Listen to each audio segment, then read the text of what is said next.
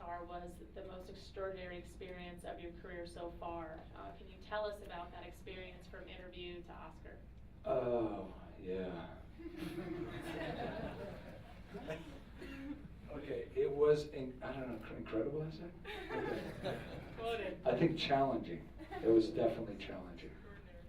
I think it was by far, for me, one of the most challenging projects I've ever worked on, for sure. Challenging in the sense that there's new technology that I had to go back to school for. You know, I had to like learn about this camera that I had never used before, and I'm working with the director who developed it. So it's a real kind of interesting relationship there. So whenever there was like issues with the camera, I never was able to tell Jim. But I had to work it out. But it was really challenging to figure out what those limitations might be. What can we, we have all this new technology and an amazing amount of things that you can do with it.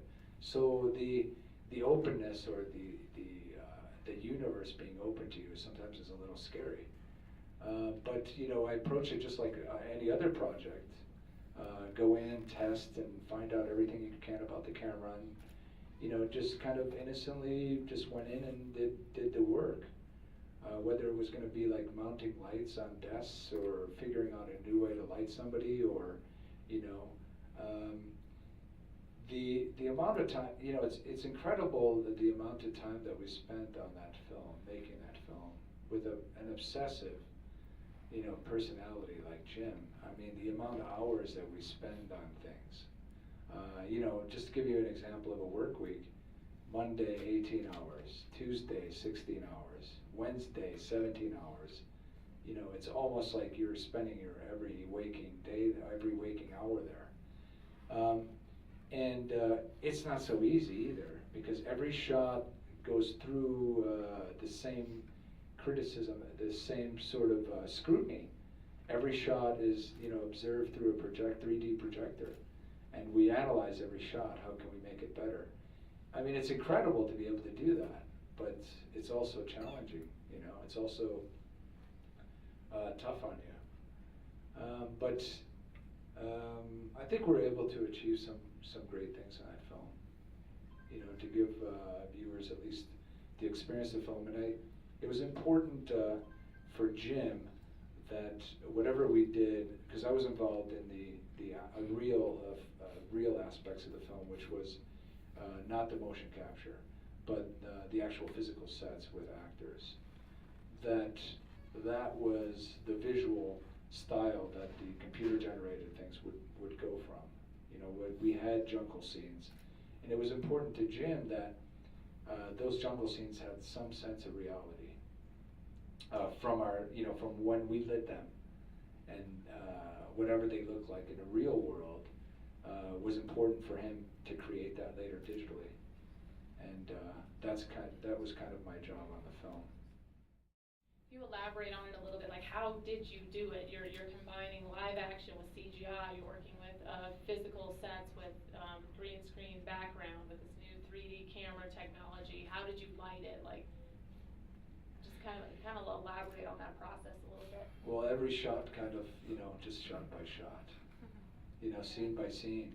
And, I brought as many strong crew members with me as I could to try to help me along the process, to figure out the ways we were gonna approach it, because every single shot involves some sort of interactive, CG. Every single shot, whether it was like we were making shadows from that CG environment, or the characters were actually directly speaking to motion capture characters.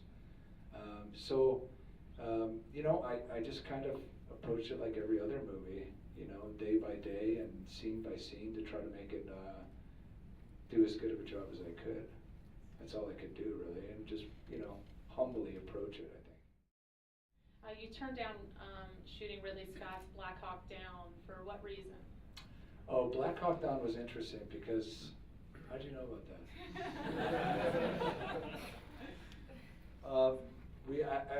It was the year that my wife and I got married, and it was like 2000.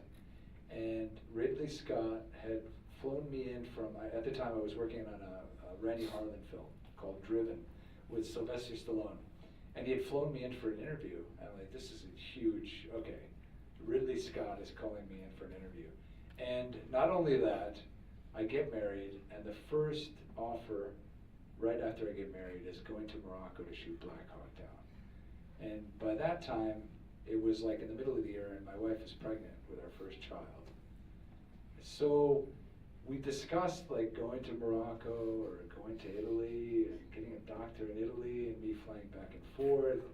It became really complicated to the point of, you know, really making a decision on, you know, what I should do. And it was incredibly difficult.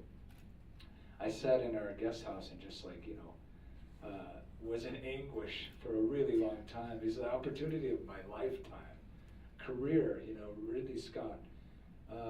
So, you know, I discussed it with my wife as a huge decision, but these are kind of decisions that you make in life.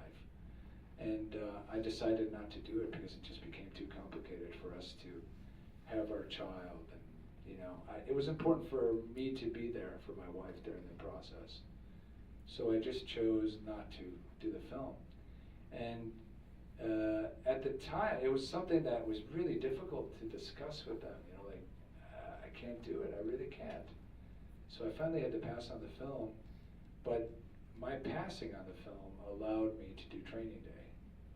And Training Day was shot in LA, so I could be in LA during that time for my wife, you know, for our first baby. Which, you know, these are lifetime things that never happen again. Our first baby. There's certain things in, you know, life that kind of have to take over.